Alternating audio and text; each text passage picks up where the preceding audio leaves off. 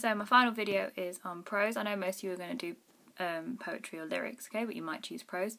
It is a little bit harder, not in terms of the reading, but in terms of selecting the text, because a lot of prose stuff in a novel is exposition, is setting the scene. You're not going to be able to say as much about that because the issues aren't there as much at the beginning of a novel. So you're more likely to be going towards the end, the climax, the denouement, something like that.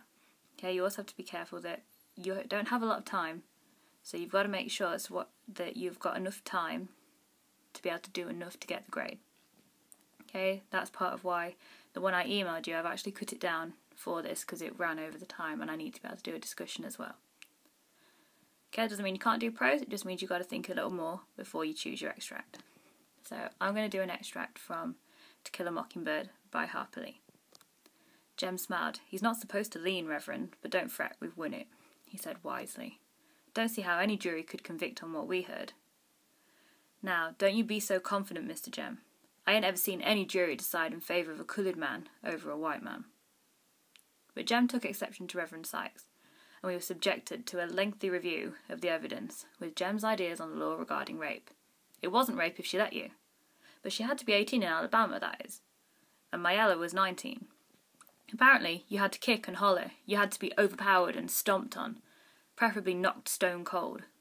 If you were under 18, you didn't have to go through all this. "Mr. Jem," Reverend Sykes demurred, "this ain't a polite thing for little girls to hear." "Oh, she don't know what we're talking about," said Jem. "Scout, this is too old for you, ain't it?" "It most certainly is not. I know every word you're saying." Perhaps I was too convincing, because Jem hushed and never discussed the subject again. "What time is it, Reverend?" he asked, getting on towards 8. A jury never looks at a defendant it has convicted, and when the jury came in, not one of them looked at Tom Robinson. The foreman handed a piece of paper to Mr. Tate, who handed it to the clerk, who handed it to the judge. I shut my eyes. Judge Taylor was polling the jury. Guilty. Guilty. Guilty. Guilty. I peeked at Jem. His hands were white from gripping the balcony rail, and his shoulders jerked as if each guilty was a separate stab between them. Someone was punching me, but I was reluctant to take my eyes from the people below us, and from the image of Atticus as lonely walked down the aisle. Miss Jean Louise? I looked around. They were standing, all around us and in the balcony on the opposite wall. The negroes were getting to their feet. Reverend Sykes's voice was as distant as Judge Taylor's. "Miss Jean Louise, stand up. Your father's passing." Okay, so we need the context there a little bit if you don't know the novel. So what happened is Tom Robinson, who is black, is being convicted, and he will be hung for it most likely, of the rape of a white woman called Mayella.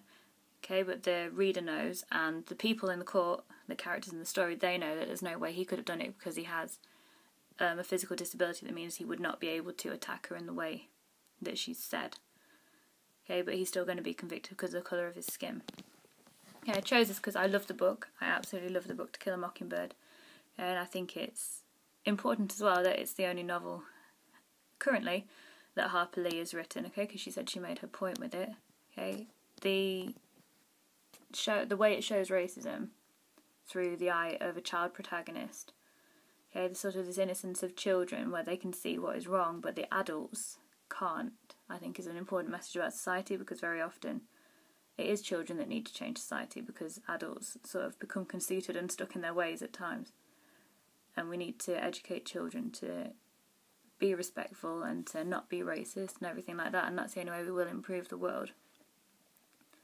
The writing style is very important. I think like the use of the short sentences. I shut my eyes, I looked around. Okay, we've got that contrast. So she shuts her eyes for the verdict being read out, but then she opens them again to see the black people in the court showing respect to her father, and they're celebrating not because Tom has been convicted, but because it actually went to trial and he actually had a defence lawyer who was her father, because that has set a precedent. That is something new, but as the reader you want more than that.